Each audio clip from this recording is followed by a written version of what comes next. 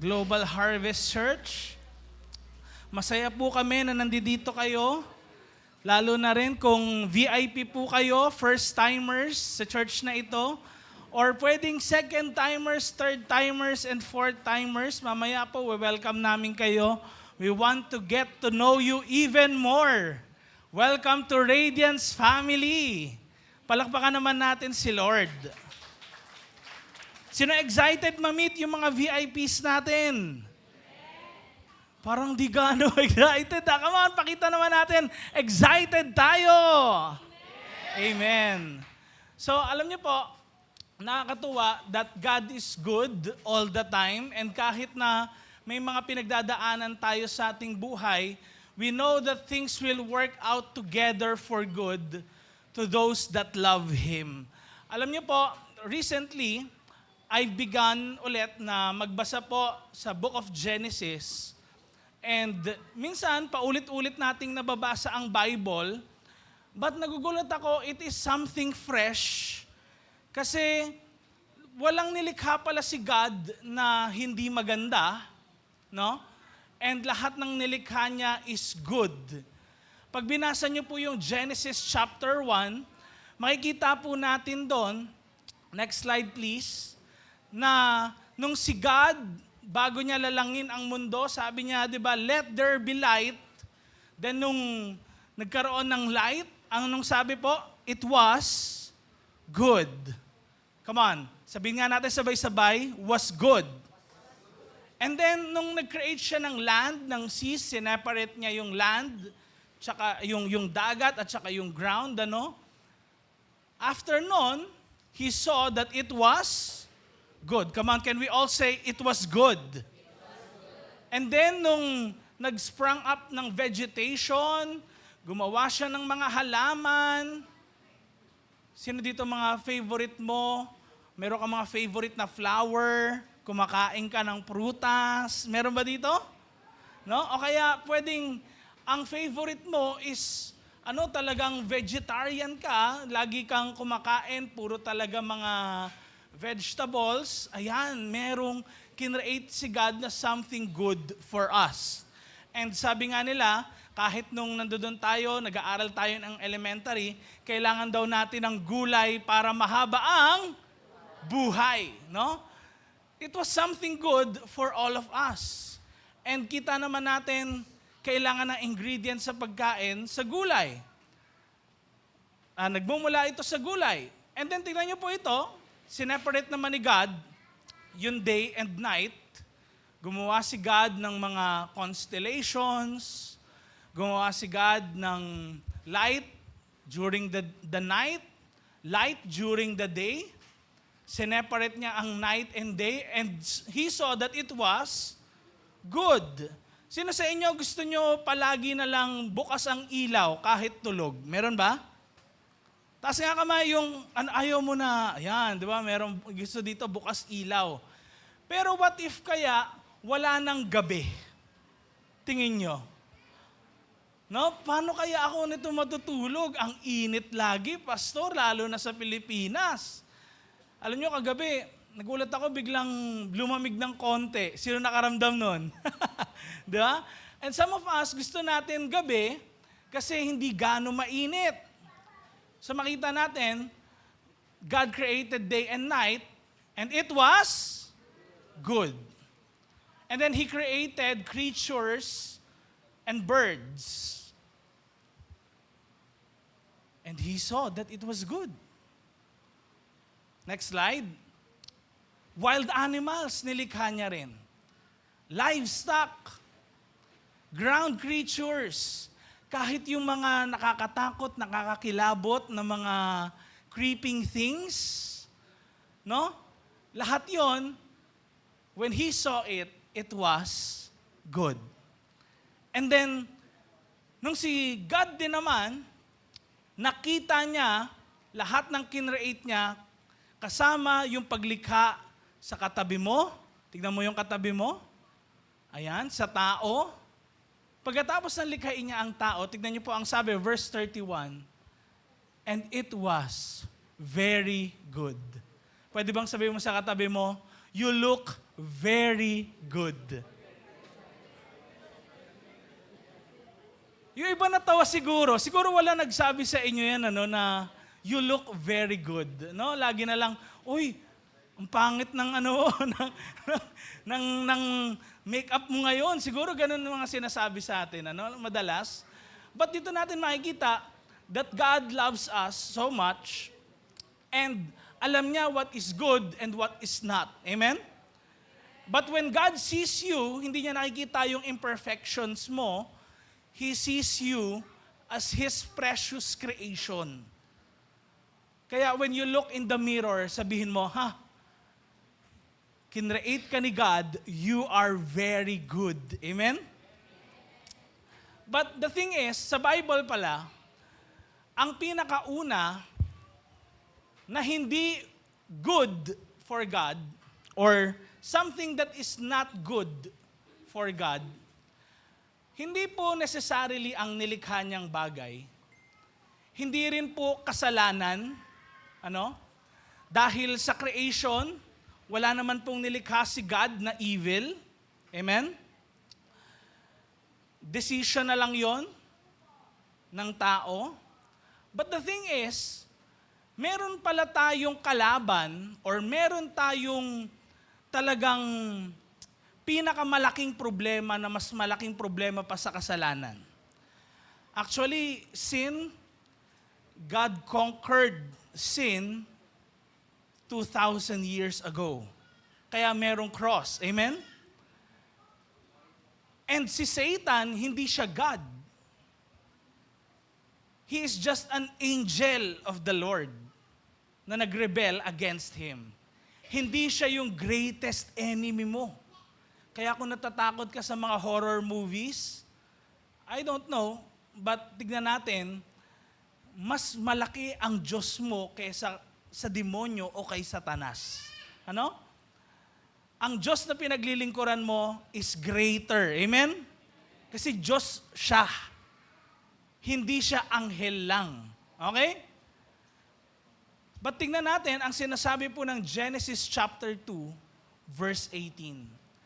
The Lord God said, tingnan niyo po, it is not good for man to be alone. Sabay-sabay nga natin sabihin yon, not good. When He created man, of course, si Adam po iyon, nakita niya na hindi mabuti para sa tao na mag-isa. Of course, this is not talking about having a wife muna. Pero tingnan niyo po yung sabi dito ni God, nung nakita niya na hindi pala suitable or hindi pala maganda yung kalagayan ng tao na mag-isa lang, ano yung sabi ni Lord? I will make a helper suitable for him. Hindi po tinukoy dito talaga particularly helper, babae agad. Actually, pag tinignan niyo po yung original na pagkakasulat ng Bible in Hebrew, yung helper po doon is masculine. Ibig sabihin, talagang panlalaki rin. So the Lord is telling us something. Hindi po ito tungkol sa LGBT, hindi po yon. But ang first and foremost na kailangan ng tao ay hindi po pag-aasawa. Na parang kapag hindi ka nagkaroon ng asawa, kulang na ang buong buhay mo. Ang social media sa atin sa kapanahunan ngayon, gusto na i-emphasize na, mag-asawa ka. Kasi dun mo mafe-feel yung kilig na hindi nafe-feel ng iba. Dun mo mafe-feel yung kumpleto na buhay. Pero alam naman natin ang nangyayari sa maraming nag-aasawa sa panahon na to. Amen? Alam naman natin na marami pong broken family, maraming mga third party, maraming nag-cheat sa kaliwa at sa kanan natin. So it is not having a partner in life or a wife or a husband yung talagang meant naman talaga ni Lord sa atin na parang kailangan mag-resolve ng problem na meron tayo. Ano po ang problema natin? Ano ang problema na mas higit pa sa kasalanan, mas higit pa kay Satan at sa mga demons? Ito po ay pagiging mapag-isa. Sino dito mahilig na mapag-isa lang? Meron ba? No? Sige, mga introvert, taas kamay ng mga introvert. Pastor, introvert nga po eh. Ayoko pong pakita sa kanila. No?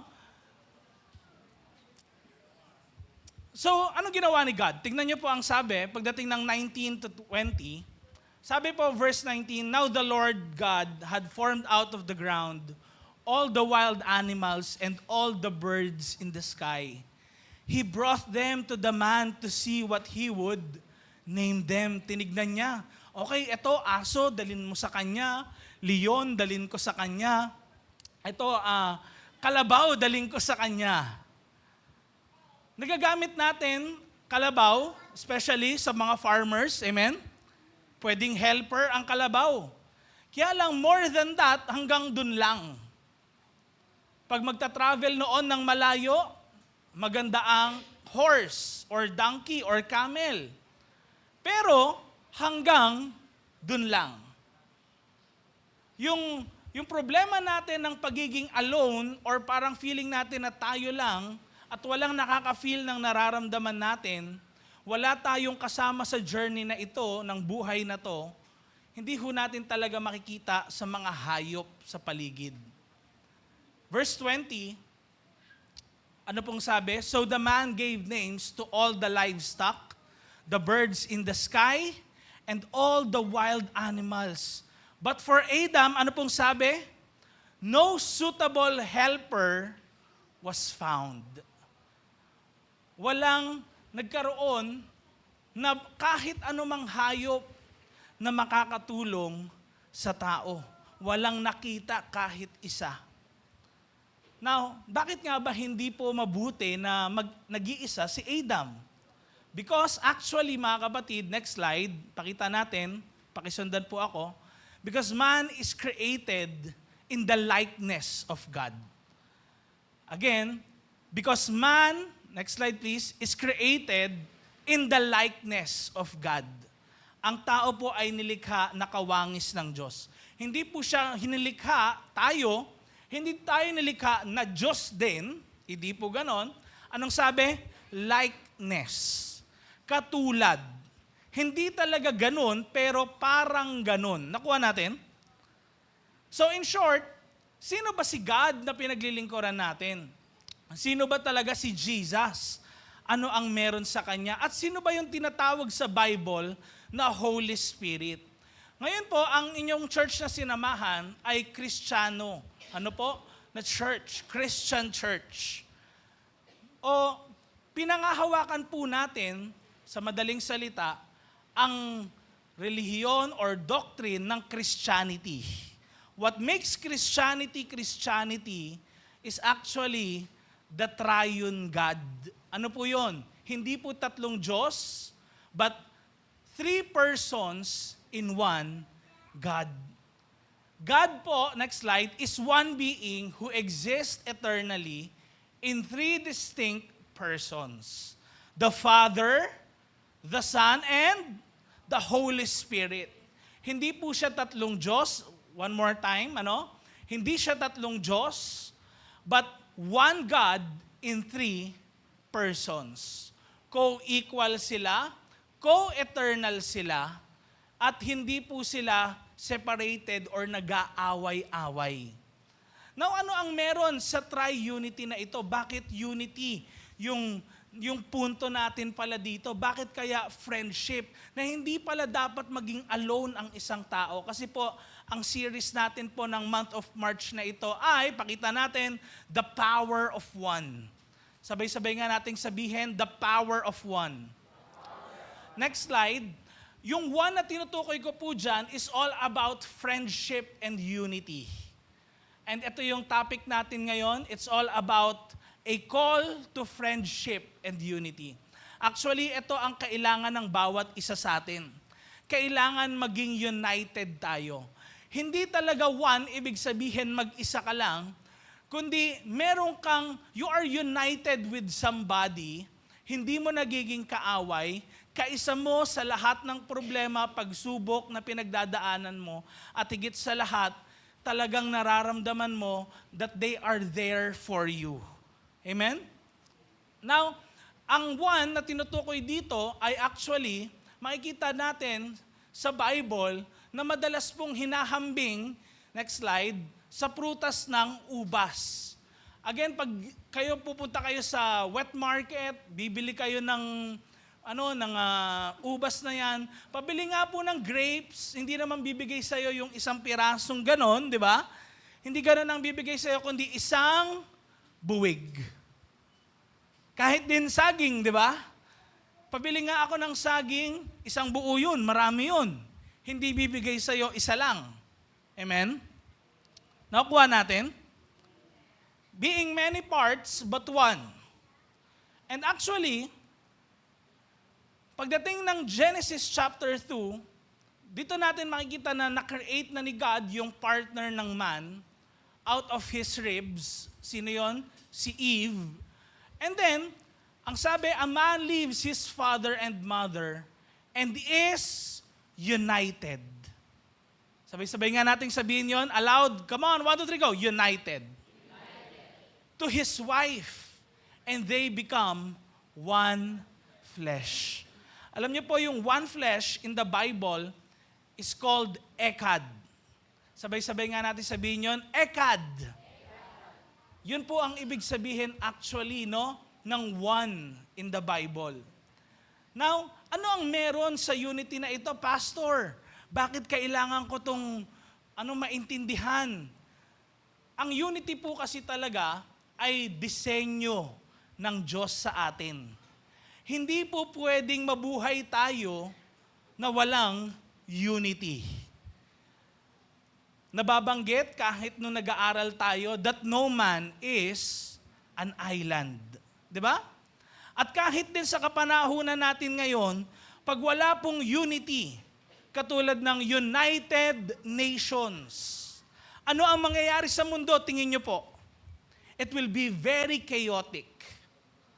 At kahit din walang unity sa isang bansa, a land that is divided will fall. Kaya makikita po natin na ang unity talaga ay essential sa buhay ng isang tao. Pero paano nga ba tayo magkakaroon ng unity? It is through friendship. Sino dito may mga kaibigan? Come on, taas nga kamay, may mga kaibigan. Okay, sino yung walang kaibigan? Meron mga walang kaibigan pa rin. Okay? Now, alam niyo po, friendship is a universal need. Tayo po ay tao, kaya kailangan natin ng friendship. Sino dito madalas magkape? Pag nagkakape ka ba, madalas ikaw lang? Or pwedeng nagsasama ka ng kaibigan mo? Di ba ano sinasabi mo? Tara, kape tayo. No?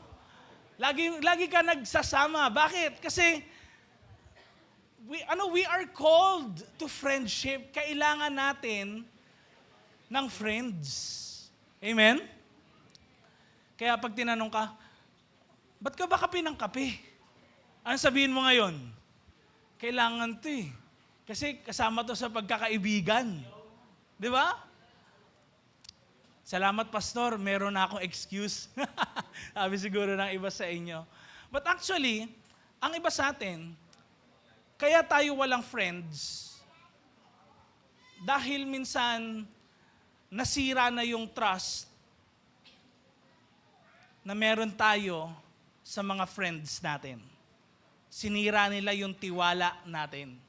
Kaya sabi nga ng iba, parang mas mabuti pa na aso na lang ang friend ko. Sabi nga, di ba, dogs are man's best friend. No? But actually, dapat, hindi ganun. Hindi dapat natin maging best friend ang aso. Pero sabi nga nila, mas loyal pa kasi yung aso kaysa sa tao. Oo nga naman, ano? Most of the time, nararanasan natin na ma-disappoint mismo pa sa mga kaibigan natin. But the thing is, hindi natin makikita po sa hayop o sa kahit anumang nilikha ng Diyos, kundi sa kapwa-tao lang din natin ang helper na kailangan natin.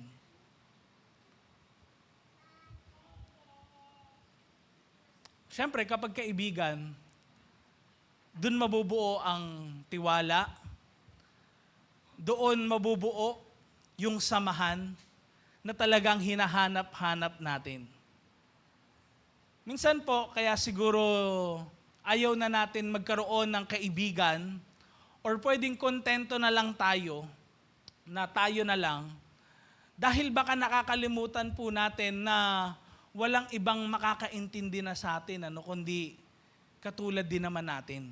Hindi lang sumasagi sa isip natin yon na iba pa rin yung tapik ng isang kaibigan, iba pa rin yung akbay ng isang kaibigan, iba pa rin yung pagsama ng isang kaibigan. Kaya for us, na mga pupwede na dumadaan sa mga ganyan, friends kayo ngayon, but your enemies your enemies tomorrow. Together, ang ganda ng ng samahan, biglang suddenly, meron lang isang instance sa buhay nyo na pwedeng nagkaroon ng lamat yung friendship nyo dahil doon. Hindi dapat po talaga mangyari yon. Kasi ang friends, kailangan mapagkakatiwalaan. Amen? Sabi mo sa katabi mo, kailangan mapagkakatiwalaan ka. Proverbs 18 verse 1. Ang sabi po, ang taong makasarili, ayaw makisama sa iba. In short, KJ. In short, ayaw na magkaroon ng kaibigan. Kinokontra niya lahat ng desisyon na tama. Ang tumutulong sa atin in our journey, walang iba kundi ang mga friends na nakakasama natin along the way. Madalas pa nga hindi tayo nakikinig sa magulang natin pagdating sa desisyon na ginagawa natin sa buhay. Sino pinapakinggan natin? Friends. Most of the time. But the thing is, para sa iba na mga ayaw makisama sa iba, pwedeng magkamali tayo in the crucial decisions na gagawin natin sa buhay kung wala tayong friends na sasamahan. Friendlessness, mga kapatid, is the path to foolishness. Sa totoo lang po, kahit sa K-12 natin, di ba, sa kapanahunan natin ngayon, pwede na mag-work basta ikaw ay senior high school graduate. Tama ba? No? Ngayon, ganun Actually, nung pumunta kami kahit noon, 2016 sa Canada, ang mga pinsan ko po doon ay nag-work kahit sila ay senior high. Kahit din 14 years old, pwede ka na mag-work barista sa coffee shop, ganyan. And then, ang college, parang optional na lang sa ibang bansa. Sa atin, syempre, parang gusto ng mga magulang natin, mag-college tayo. Pero most of the time, kapag sinabing college, yun daw actually talaga yung connection. Sa ibang bansa to, doon ka kumukuha ng connection sa mga gusto mong makasama sa career path na tatahakin mo. So in short, you are finding your friends. At kahit din sa buhay natin, pag tayo rin pumasok sa kumpanya, ang hirap na wala tayong kaibigan. Kasi bakit? Lahat against sa'yo.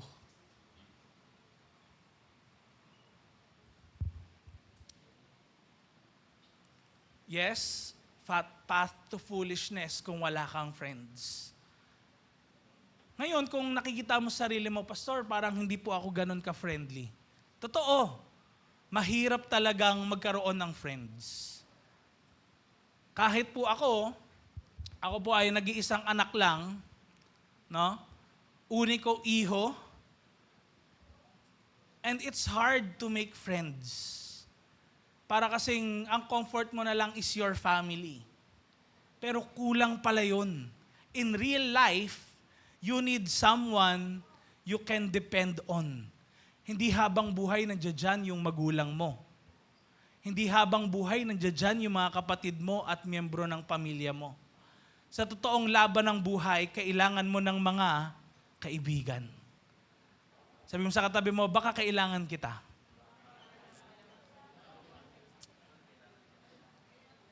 Kaya friendship actually needs effort and skill. Hindi pwedeng magkakaroon ka ng friend na wala kang gagawin. Ay, hayaan ko siya lumapit sa akin. Hindi pwede yun. Amen? Hindi pwede yun. It needs effort and skill. Katulad ng sabi ko kanina, pwedeng sa pagyayaya ng magkape, lumabas kayo, you can make friends. Kailangan mong lapitan. Makipag-usap ka sa kanila para magkaroon ka ng kaibigan. Hindi madali. Pero, ang totoong friendship, mga kapatid, magli-lead towards unity. Ano yan? Hindi ay lead towards unity. Friendship ay sinasadya. No? Friendship ay sinasadya. And syempre, sa friendship, next slide, it needs time. Ang pagkakaibigan, kailangan bigyan ng panahon. Hindi yan nabubuo isang araw lang. Amen? It needs time. Pwedeng months, years, decades. Because that is what friendship is all about. Pagtutulungan, pagsasamahan, pagiging united. And ang friendship din, bukod sa lahat dyan, nagre-require po ito ng malaking responsibility.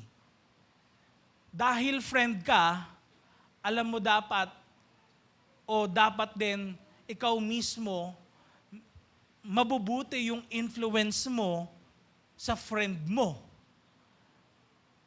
Sabi nga rin sa isang quote, di ba? Tell me who your friends are, and I will tell you who you are.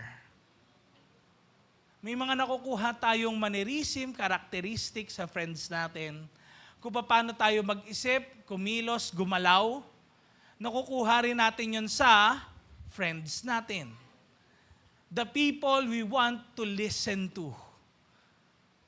Paano mo masasabing friend ko na siya, pastor? Aba, kung siya ay pinapakinggan mo lagi at na-absorb mo lahat ng sinasabi niya, nandudong ka para sa kanya, at pinagkakatiwalaan mo na siya. At siya rin, ganun din sa'yo. It requires responsibility dahil hindi lang basta kilala kita. Meron na tayong pinagsamahan. And yun ang gusto ni Lord na mabuo sa atin. Ayaw niya po na ang family, ang community, ang bansa masira, bumagsak dahil sa disunity. Kailangan maging united talaga lahat. And may responsibility tayo na gawin, sabihin kung ano ang mali at kung ano ang tama. Amen? Amen? Sabi sa John chapter 15 verse 15, si Jesus mismo ang nagsabi sa kanyang mga alagad at sumusunod sa kanya, hindi na alipin ang tingin ko sa inyo. Kasi hindi alam ng mga alipin ang ginagawa ng amo nila. Ngayon, sabi ni Jesus, tignan niyo po, naka-highlight, kaibigan ang tawag ko sa inyo. Kasi sinabi ko na sa inyo, ang lahat ng narinig ko sa tatay ko.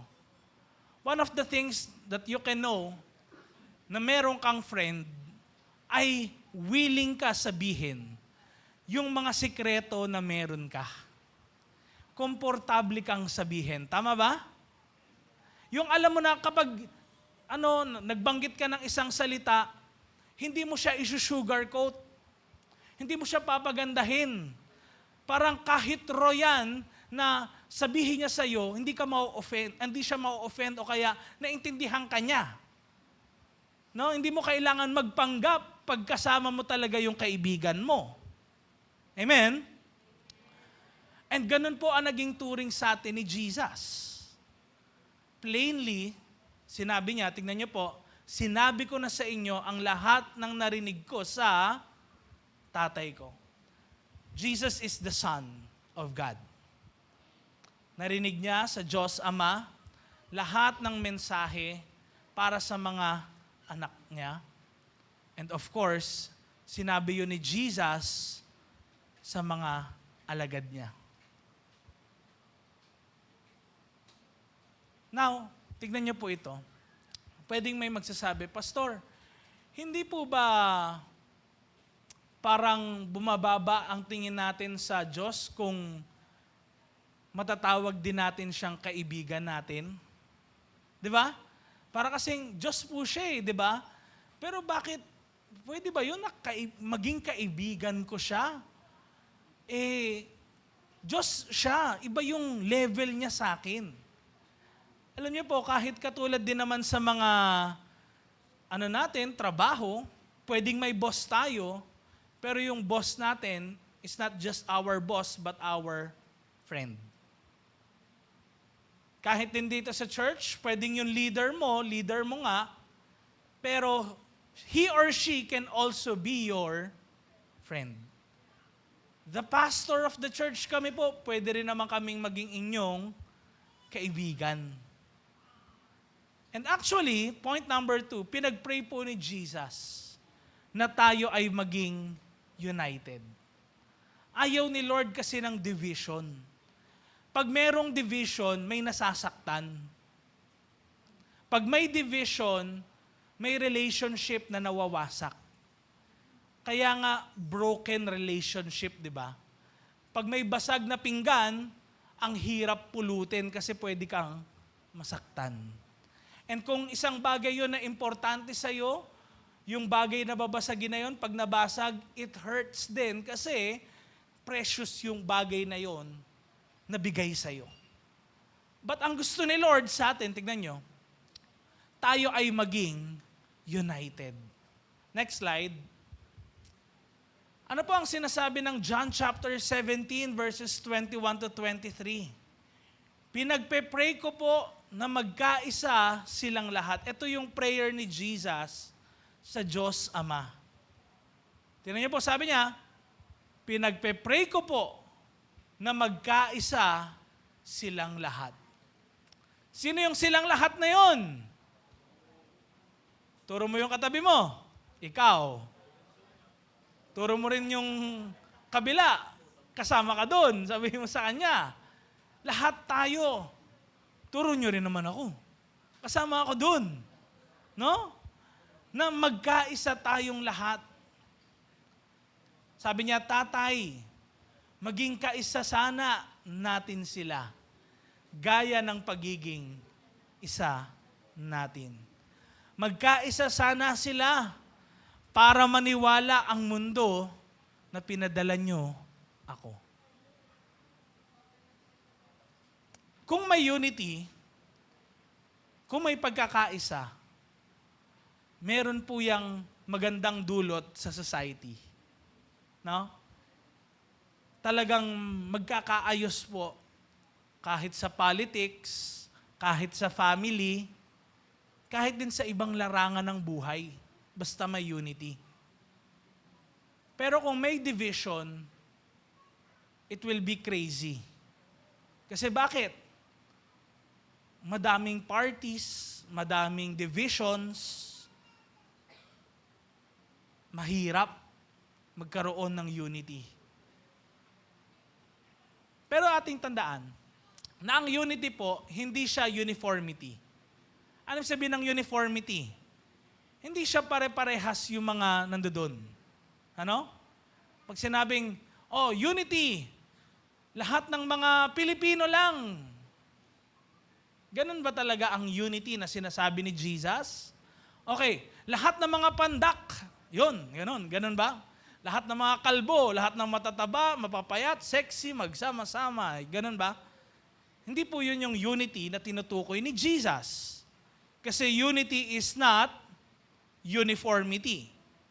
Unity is different people working together for a common purpose.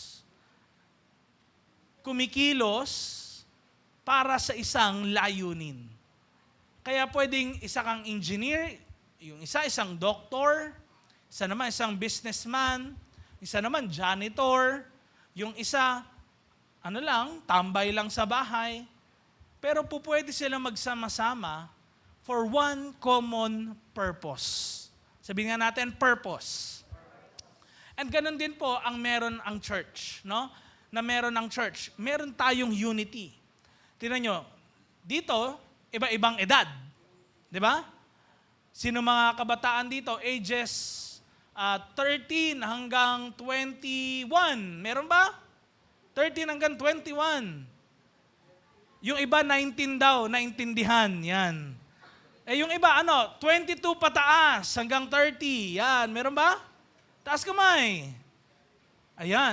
Yung naman, 31 pataas. Meron ba dito? Yun, meron din. Meron ba mga senior citizens naman dito? Meron ba? So makikita nyo, di ba, magkakaiba rin tayo ng edad.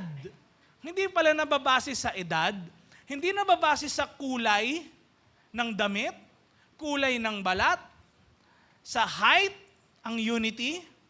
Hindi nababase sa kung saan ka galing, saan ka pinanganak. Sinong mga taga-Sampaloc lang dito talaga? Sampaloc, Manila. Meron ba? Taga-Tondo. Meron ba dito? Taga-Tondo. Ayan. Meron ba ditong taga Quezon City ngayon? O taga-province? Di ba?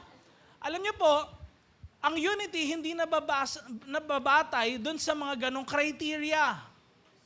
Dahil ang unity, nagwo-work lang siya kung merong iisa lang na purpose. May common purpose kayo. And for Christians, it is to make God known. Makilala ang Diyos. Ito mismo yung dapat na isang bagay na maging united tayo lahat. Meron tayong isang purpose. Next slide. Ang sabi po sa verse 22, binigay ko din sa kanila ang kadakilaang binigay nyo sa akin para magkaisa sila, gaya ng pagiging isa natin. Next verse 23, sabay-sabay nating basahin. 1, 2, 3, go. Nakikipag-isa ako sa kanila at nagkakaisa din tayo para talagang magkaisa sila. Malalaman ng mundo na pinadala nyo ako kasi mahal nyo rin ang mga sumusunod sa akin gaya ng pagmamahal nyo sa akin. Tignan niyo po yung sabi ni Jesus sa naka-highlight, nakikipag-isa ako sa kanila at nagkakaisa din tayo. Para talagang magkaisa sila. Alam niyo po, hindi natin maaabot ang Diyos kahit anong gawin natin. Kahit gumawa tayo ng good works, at the end of it, yung kahit isang maliit lang na bad thing that we do, it is enough para makover na lahat ng mabubuti nating nagawa. Yung kasalanan, grabe yan, parang dumi yan sa papel. Pero, si Jesus, Diyos, nagkatawang tao, siya yung naging connection natin sa Diyos. Kaya, tignan nyo, kung friend natin si Jesus, we can be connected to God. Amen? Amen? Next slide. A divided church po is a weak church. A united church is a powerful church. Dito po sa church natin, pwede kayong merong iba't ibang klase na political stand sa kapanahunan ngayon. Pwedeng yung iba pro, anti, yung iba may ibang pinaniniwalaan. Pwedeng magkaroon tayo ng diverse perspective sa isang bagay. Pero hindi naman nagmamatter yon kasi at the end of the day, ang common purpose natin, hindi naman po talaga yung mga bagay na pang-politics, kundi si Jesus ay makilala ng mundo. Kasi naniniwala tayo na pag ang isang tao talaga binago ni Jesus ang buhay, kayang mag-start ng malaking impact kahit sa society. Alam niyo po ba yung mayor ng Pasig ngayon, di ba? Na napapakita kahit sa social media ngayon, si Mayor Vico Soto. He's actually a Christian na nag-start talaga ng change sa lugar nila sa Pasig. Bakit? Kasi naglagay talaga ng banal na takot mula sa Panginoon na talagang linisin yung corruption in the government. It can happen pala. So kung pwede mangyari sa Pasig, pwede rin mangyari dito sa atin. Amen? Kung pwede mangyari sa ibang bansa, pwede mangyari sa atin. Amen? Ganon din sa church natin. Pwede magkaroon tayo ng diverse perspectives. Pero kailangan si Jesus yung maging sentro kung bakit ba tayo united. Amen? Kaya, pwedeng meron kang iba-ibang perspective sa mga bagay-bagay, pero kailangan si Lord mismo yung talagang mangunguna sa buhay mo. It will be a powerful church kasi nakipag-isa sa atin. Sino? Hindi ang isang tao na nasa powerful position sa government. Hindi po. Kung hindi dahil kanino? Kay Jesus Christ na nagbabago ng buhay. And alam niyo po, pwede mong maging kaibigan si Jesus. Hindi po nababawasan ang pagka-Diyos niya kung tatawagin mo siyang kaibigan ko. In times na wala kang masabihan, friends mo, nire-reject ka, family members mo, hindi ka maintindihan, pwede kang lumapit in prayer sa Panginoon. Pero, tandaan niyo po, kailangan mo pa din siyang sundin kasi mas mataas siya sa'yo. Pwede mo siyang maging kaibigan, pero hindi porket, di ba, kaibigan mo, sunod-sunuran na sa'yo. Tama? Di ba? Hindi pwedeng ganun. Pag ayaw din ng friend mo, hindi yun sasama sa'yo. Tama ba? Tama? Yes. Lalo na syempre, kung dapat naman talaga siya in the things that matter most in life, masunod, syempre, titignan mo, ano yung ranggo ba niya sa buhay mo? Kung Diyos siya sa buhay mo, of course, kailangan mong sundin. Dahil tignan niyo sabi, John chapter 15 verse 14, mga kaibigan ko kayo, kung, kung susundin niyo ang utos ko. Lumapit ka pa sa friend mo na nakakaalam ng lahat ng bagay, past, present, future.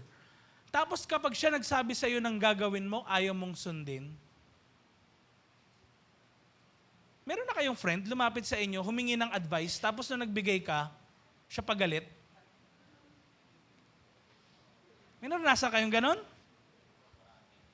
Marami. Pero we must understand, when we come to God, alam niya yung situation natin, He understands us. Nauunawaan ka niya. Yung struggles mo, yung pinagdadaanan mo, naiintindihan niya. But what He wants is, after mong masabi lahat ng yon, kung ano man yung papagawa niya sa iyo, kailangan sundin mo. Ayaw niya kasing mapahamak yung buhay mo. Akala kasi natin, kapag friend, gusto lang natin lagi marinig yung magagandang bagay. Di ba? Parang kaya nga kita friend eh. Dapat lagi, ako kakampihan mo. Nagkakamali tayo, hindi tayo humanap ng totoong kaibigan kung ganun. Kung talagang kaibigan, next slide, paano ba natin malalaman yon? Na talagang totoong kaibigan ng isang kaibigan. A true friend, number 1, accepts you. Tanggap ka niya. Na ganyan talaga ugali mo, ganyan ka magsalita. Minsan, biglaan, biglang lumalakas yung boses mo. Naintindihan niya yun. Pero pag yung iba, nakarinig sa'yo, di ba sila parang di nila maintindihan kasi hindi ka naman nila friend. Nakuha natin? So you can be who you are pagkaharap mo yung friend mo. Ganon din kay Lord. Masama loob mo ng time na yun, pag nag-pray ka, Lord, kayo po yung mag-revenge sa kanila para sa akin. Magugulat nga kayo sa mga prayer sa Bible eh. Though masasabi nyo, Pastor, ba't ganun? Ba't parang walang love yun? Aba, di ba kapag tayo nagkakaroon ng mga malakas na surge ng emotion, di ba parang nababanggit din natin yung mga hindi magagandang salita? Tama? At times. Pero this time, sa Bible, sinabi yun ni David actually kay Lord. Sabi niya, ihampas niyo po sa bato ang mga mukha nila. Sabi niya ganun. Kasi grabe ang pinagagawa nila sa mga tao. Kasi noong una pong panahon talaga, grabe, brutal talaga ang mga gumagawa ng masama. Kaya nasabi na lang yun ni David doon.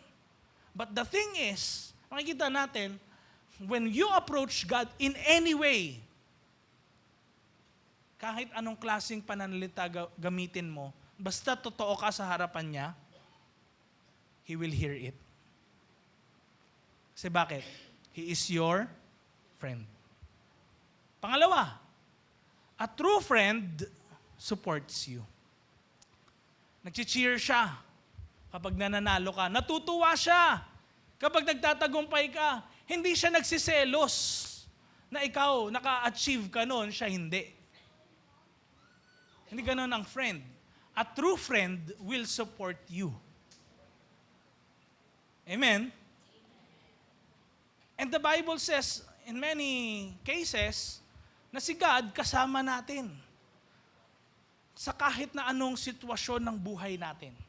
Especially nga kapag tayo pala nagsishare ng word, nag-i-invite ng mga tao para makakilala sila kay Lord, the Lord is with us. And you know, yun ang support ni Lord sa atin. He will be there for us.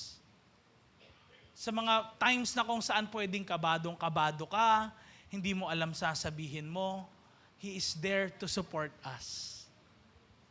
And tingnan nyo to, a true friend speaks the truth.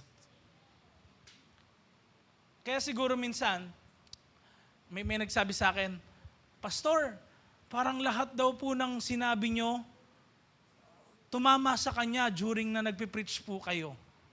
Sabi ko, wala ka namang kinukwento sa akin, di ba, tungkol sa buhay niya. Sabi ko, si Lord yun.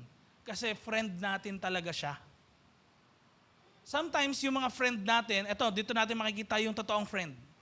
Kahit masakit, yung truth na sinasabi nila sa buhay natin, pero dahil totoo yun, hindi ka nila bobolahin. Hindi nila sasabihin sa iyo na, ay, ang ganda naman ng kilay mo ngayon, kahit hindi pantay. Hindi ganon. Kaya, alimbawa, kung balik ko ang buhay mo ngayon, alam mo, hindi ka right with God sasabihin niya sa iyo yun. Kung hindi align yung buhay mo sa kalooban niya, tas narinig mo na sa preaching or sa word na parang, ako yung sinasabi ni pastor na yun. The Lord is talking to you because He is your friend. Hindi kanya kaaway. He is not against you. He is trying to help you. Amen? Because God loves you. Sabi mo sa katabi mo, God loves you. Kaya tignan nyo. Malalaman nyo kung mahal talaga kayo kapag totoo yung sinasabi. Hindi bola-bola lang. Amen? Ano daw? Fishball? Hindi siopaw. Okay? And pang-apat, sabay-sabay nating basahin. Encourages growth. Gusto ni Lord din, actually, kahit in the Bible, na lumago tayo, hindi lang in our Christian life, but sa lahat ng aspects ng buhay natin. Ma-develop yung character natin, ma-build kung sino tayo. Ang totoong friend, gusto niyang ma-develop tayo, talagang umusad ba, no? Yung maturity natin sa mga bagay na nangyayari sa buhay natin. Number 5, sabay-sabay nating basahin.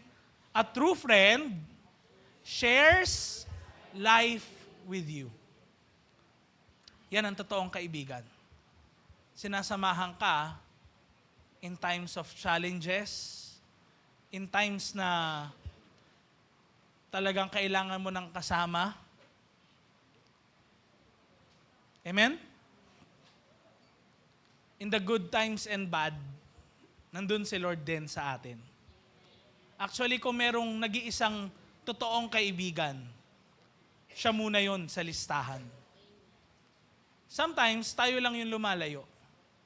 But we don't realize that God is making every effort para mapafeel niya sa atin na ako yung kaibigan mo.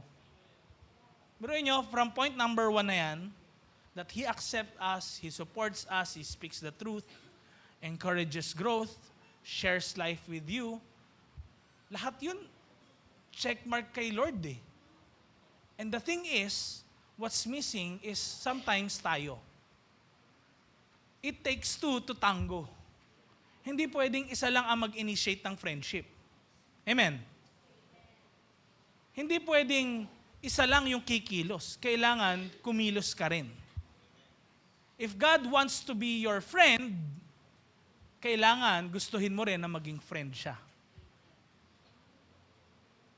Kaya dito sa church natin, gusto ko po ma-develop natin.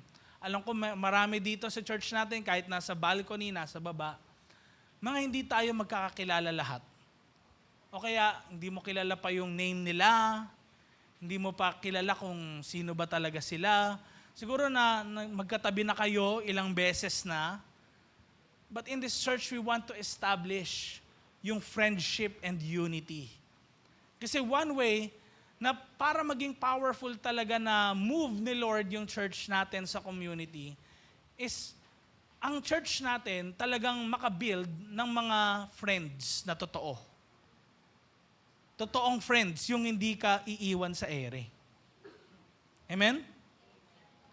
And I believe yung katabi mo, he or she can be your true friend din. Kasi si Lord din naman nasa buhay niyan. Next slide. Sabay-sabay nating basahin. 1, 2, 3, go. One God, one faith, one church. Pwede kasing sinasabi lang natin, Pastor, parang ang hirap kasi magkaibigan ngayon kasi baka traidorin lang ako, backstabin lang ako, plastikin lang ako. Kung hahayaan mo yung fear na maghinder sa'yo para magkaroon ka ng kaibigan, hindi ka magkakaroon ng kaibigan. Same thing. Ayoko pong mag-fail sa life kaya hindi na lang ako mag-aaral. Ganun ba? Ayoko pong masipa ako sa trabaho kaya di na lang ako magtatrabaho. Ganun ba? Hindi pwede yun. We must face our fears and learn to trust God. Because in pain din naman, at times, we can grow. But still, si Lord pa rin yung maaasahan natin sa lahat. Amen? Kaya, pwedeng yung katabi mo, hindi yan perfect friend, pero wala naman eh. Kahit ikaw din. Tayong lahat. We are all a work in progress. Amen? Kaya ngayong hapon na ito, I encourage you lahat, mula dito sa baba, tsaka sa balcony. Tayo tayong lahat. Yan. And pwede ba? Ito bibigyan ko kayong matagal na panahon. Hindi naman sobrang tagal. Pero mga ilang minuto rin, ano? Pwede bang umikot ka ngayon sa church na to? Tapos, pwede bang lumapit ka sa mga taong hindi mo talaga kilala? Matagal mo nang nakikita, hindi mo nakakausap. Okay? Pwede bang kilalanin mo sila? Okay, oy, wala pa. Ba't kayo nag-uusap na? Teka lang. Excited. Okay? Ito because why? The Lord wants unity sa church. Magsisimula yun sa friendship. Amen? Kahit nandiyan sa balcony, pwede rin ba kayong bumaba mamaya? Okay? And mag-establish kayo ng connection, magpakilala kayo.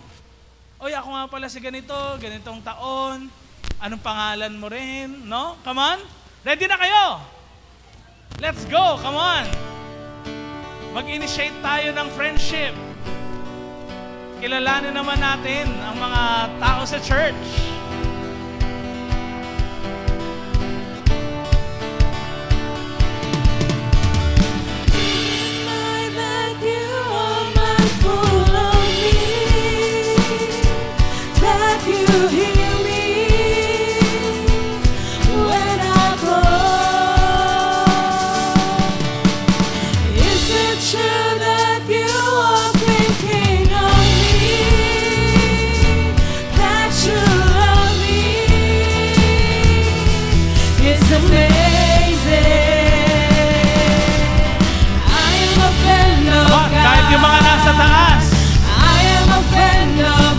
Pwede ba kayong bumaba, mga nasa taas? I am a friend of God, He calls me friend. I am a friend of God. I am a friend of God. I am a friend of God, He calls me friend. Who am I that you are mindful of me? Heal me when I call.